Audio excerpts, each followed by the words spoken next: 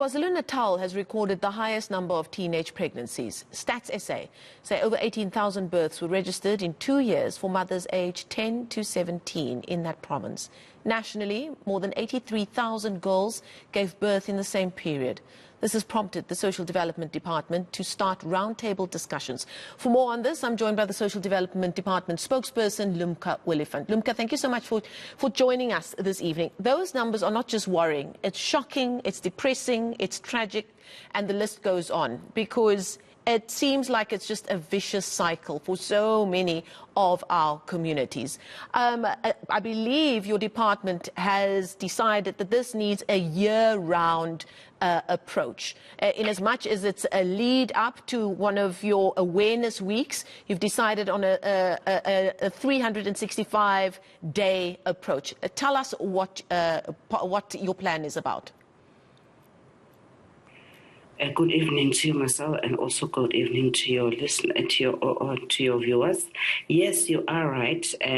You've described it very well that the numbers are worrying, and all South Africans should be standing up to make sure that our children are protected.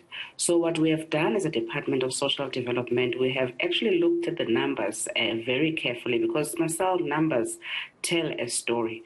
What we did then was that we looked at the most registered numbers by province. We then went into districts so that we can be able to see where do we have a challenge. So we've identified KwaZulu-Natal around the Zululand district municipality. We have identified the Eastern Cape around Lusikisiki in Ngoza Hill municipality.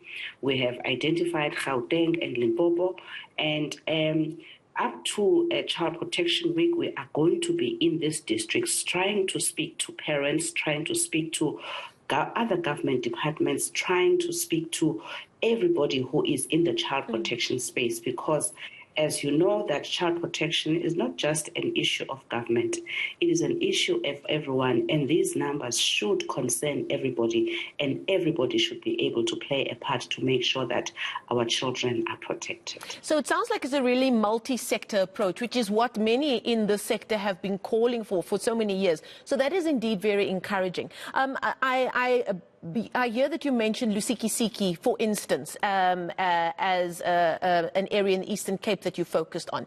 And if memory serves, Lusikisiki is also one of the places that usually, when our crime stats come out, has a very, very high rape and gender-based violence statistic as well. Are you looking at areas like that in its entirety in terms of the social ills and criminal elements it's dealing with? Because surely those two numbers speak to itself. If you're dealing with child and teenage pregnancy in an area where GBV and rape is a serious issue, those two statistics surely must speak to each other. Yes, as the rest of government, we are in Lusikisiki trying to make sure that not only are we looking at children, but also looking into the issue of gender-based violence in that area. But as a Department of Social Development, as you know, we are the custodians of the Children's Act, and our children and children are the responsibility of this department, most importantly. And we need to make sure that we start there. And this is why we have decided that we will make sure that we go into these areas and actually speak to the children, speak to the parents, speak to everyone who is in the social development sector and in the child protection system, because government is doing a lot of work in this area.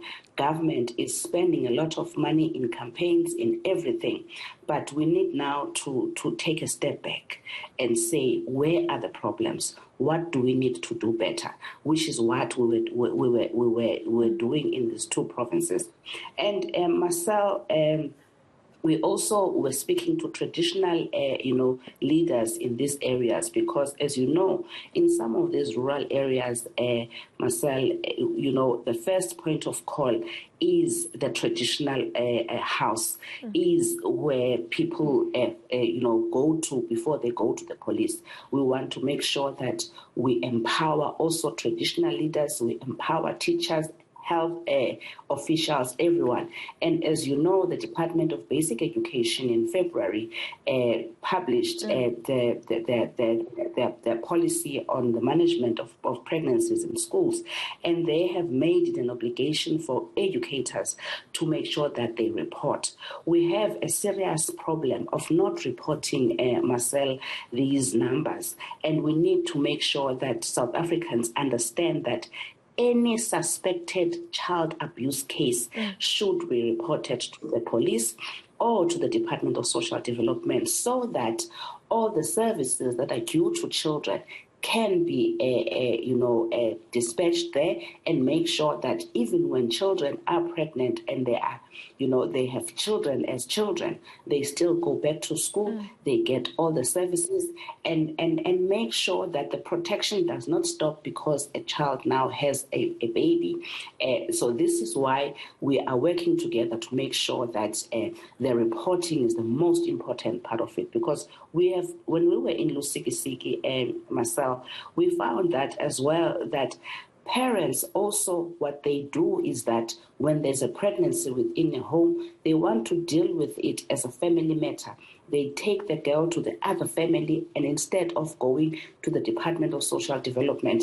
When we were in Zululand, Marcel, again, the children themselves, were saying that what we do is that we just pay for what is called damages or intlawulo, and it ends there.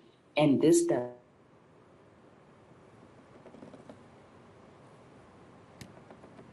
Unfortunately, we seem to have lost our connection.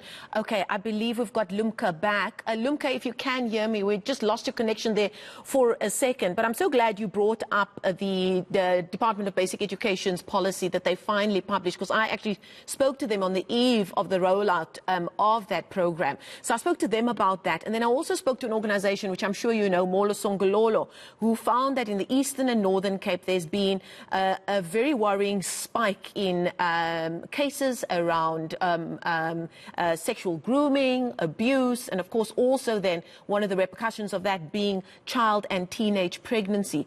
And it becomes frustrating because it seems so many of these policies and good work that's being done is so focused on the child or the teenager who's pregnant, and not on the greater community from whence the person, the man, the boy, the teenager who impregnates the girl or young woman comes from. So it's been very encouraging to see on your page, where you've been tweeting about these round tables, that you've involved organizations like Boys and Men Championing Change programs, social behavior and change programs, Chomi and Yolo parenting programs, Sinavuyo teen parenting. Has that been an important step for you to include those organizations who work with the men, the young boys, and the families who raise these boys and who impregnate these girls and young women? We seem to also think that it is boys who are impregnating the girls, and meaning that it is other teenagers. Of course. Marcel, there is a 10-year-old mother in the country, but we have not been reported of a 10-year-old father in the country. And it means that our children need protection. And therefore, it means that we need to make sure that even we start from the home, because children start from the home. We need to make sure that we empower parents, Marcel. We need to strengthen the parenting programs and the family programs that we have in the department. Chomi and Yolo are also campaigns that are targeted at children themselves.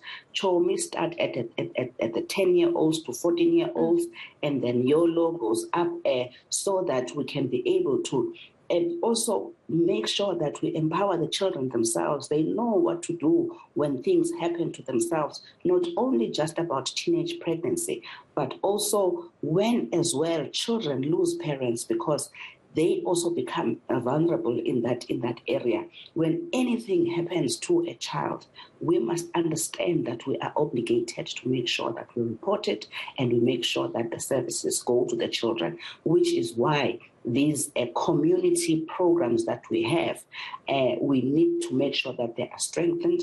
And now we are going even to these districts that seem to be problematic on us, not just only on teenage pregnancy, but on many other social ills, as you have mentioned. Yes, indeed, and that they get the services, that is their right, but that also the justice book is thrown at the men who abuse these children and impregnate them and then just walk away and can wash their hands. Final question before I let you go. You know, the statistic that in the report on the KZN number, the statistic that really just sticks in your throat is that 5,500 children aged 10 to 14 years gave birth in KZN, Eastern Cape, Gauteng, Limpopo and the Western Cape. And the emphasis there on children, like you've been reminding us repeatedly, children who are giving birth to babies and the impact that has on their life cycle, their families, their communities and the child that is born. What happens now after this roundtable and this program? What's the next step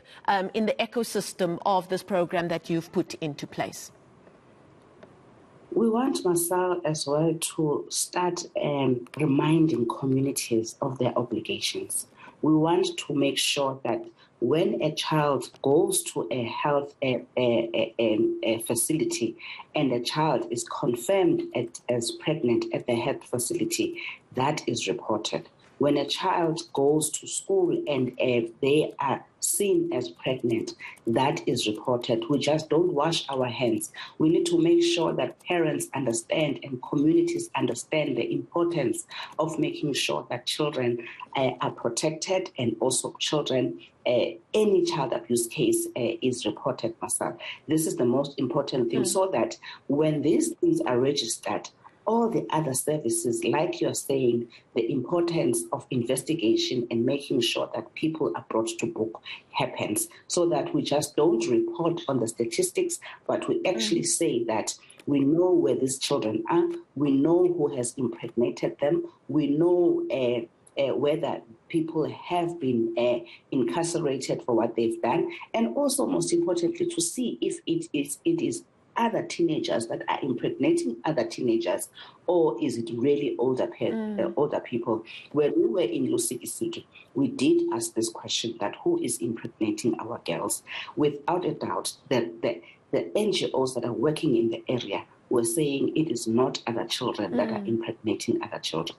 It is older men who are doing this to children, and need to make sure that we correct this and justice is served, and make sure that anyone who feels that they can do anything to children knows that it is not acceptable, and they will go to jail. Absolutely, and I suppose the language use is important. They're impregnating them, but on top of that, they're abusing them and they're raping them as well. Thank you so much for your time and for your openness on a very, very important issue, not just for your department, all departments and indeed the country. That's Lumka Willifant, the Social Development Department spokesperson.